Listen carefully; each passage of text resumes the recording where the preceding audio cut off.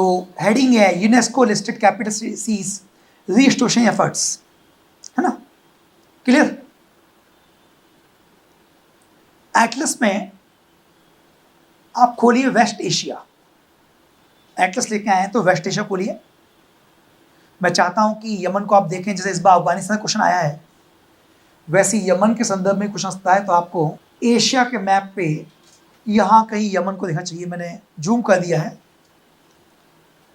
इधर यमन है, यमन की राजधानी है साना, ठीक। तो ये लोकेशन देख लीजिएगा, बगल में ओमान है, सऊदी अरब है। ये जो यमन है, यहाँ बेसिकली एक वॉर चल रही थी, और उस वॉर में दो तरह के लोग इन्वॉल्व थे, एक यहाँ के खुद के नागरिक और दूसरी तरफ थे सऊदी अरब और अमेरिका स्पॉन्सर्ड, ठीक। तो वो अपन अलग से पढ़ेंगे आईआर में।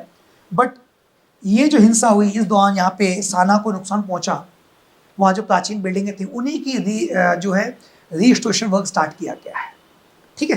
तो यमन दिख गया आपको एटलस पे, ओमान दिख रहा होगा, ठीक। यहाँ पे आपको एक स्टेट दिख रही होगी, इधर दिख रहा होगा आपको अरेबियन सी।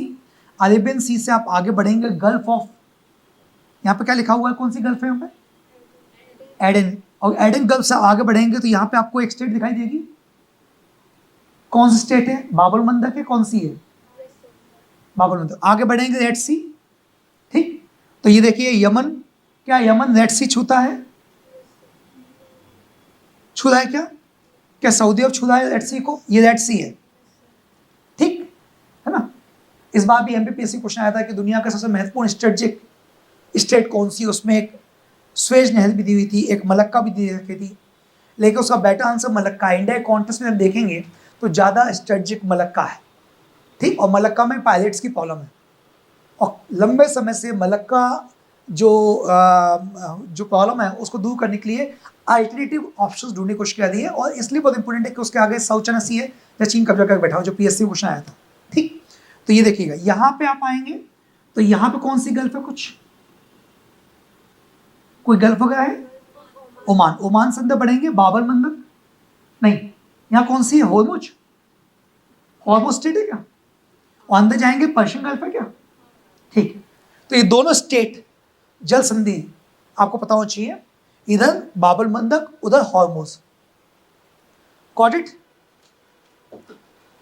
ठीक। आगे बढ़े, चलिए आगे बढ़ते हैं। तो थोड़ा लिख लीजिएगा कि यहां पे 2015 में एक सिविल वॉर स्टार्ट हुई थी। मैं ज्यादा नहीं लूंगा डेप्थ में इसको, बट पॉइंट आपको पता होना चाहिए कि हुआ क्या था बेसिकली यहाँ पे। तो यहाँ पे एक सिविल वॉर स्टार्ट हुई थी 2015 में, और ये सिविल वॉर स्टार्ट इसलिए हुई थी कि यहाँ पर एक जो गवर्नमेंट थी उसको ईरान सपोर्टेड हूती ग्रुप ने पद से हटा दिया था, मतलब उसको तख्ता पलट कर दिया था हूती ग्रुप ने। अभी लिख लीजिए, फिर इसमें आता हूँ मैप पर थोड़ा सा। 2015 में सिविल वॉर हुई थी, सिविल वॉर चल रही थी। उस दौरान यहाँ पे Iran supported Houthi group, exam आएगा हूती ग्रुप किस देश में चर्चा में रहा, ठीक। इस साल जो अपकमिंग एग्जाम है यूपीएससी का, मैं दो ग्रुप को बहुत इंपॉर्टेंट रूप से देख रहा हूँ। एक तो आपका देख रहा हूँ पीकेएफ। पीकेएफ आपको अच्छे पता है कि कुर्दिस्तान की मांग चल रही है, और टर्की का एक बड़ा हिस्सा कुर्द लोग अलग करके एक अलग देश की मांग कर रहे हैं, टर्की और सराउंडिंग देशों को लेके।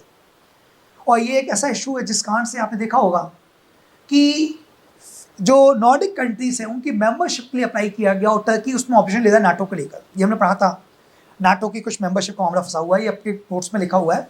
तो एक तो मैं पीकेएफ को ऑब्जर्व कर रहा हूँ, दूसरा मैं हूती को, एक मैं अभी ऑब्जर्व कर रहा हूँ साउथ अमेरिका के एक आतंकवादी ग्रुप को। तीन में से एक शायद क्वेश्चन बनने की संभावना है, ठीक। और हो सकता है कि मिलाने को आ जाए कौन कहाँ से एक्टिव है। हमने कल एक क्वेश्चन दिखाया था मैंने आपको कि एक बार यूपीएससी पहले भी आ चुका है, कौन सा ग्रुप कहाँ पे एक्टिव है, ठीक। ऐसा क्वेश्चन यूपीएससी में पहले पूछा जा चुका है। मैं दिखा देता हूँ एक बार, शायद मेरे पास आई थिंक क्वेश्चन होगा। देखिए 2014 में इस तरह क्वेश्चन आया हुआ है। क्वेश्चन देखिए ढंग से, दारफुर पूछा हुआ है। दारफुर को पता है ना, अभी भी चर्चा में दारफुर था, है ना।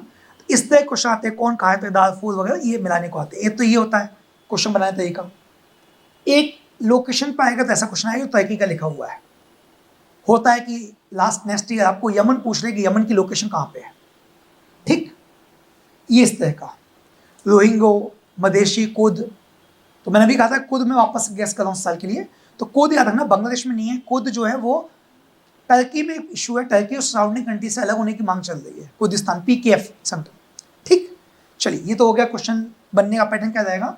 वापस आते हैं न्यूज़ पे, तो लिखिए कि 2015 में यहाँ पे ईरान अलाइंड होती ग्रुप ने यहाँ पे जो गवर्नमेंट थी रिकॉग्नाइज्ड, उसका तख्ता पलट कर दिया था। उसके बाद यहाँ पे सऊदी लीड कॉलिशन ने बॉम्बार्डमेंट किया, एयर स्ट्राइक किया।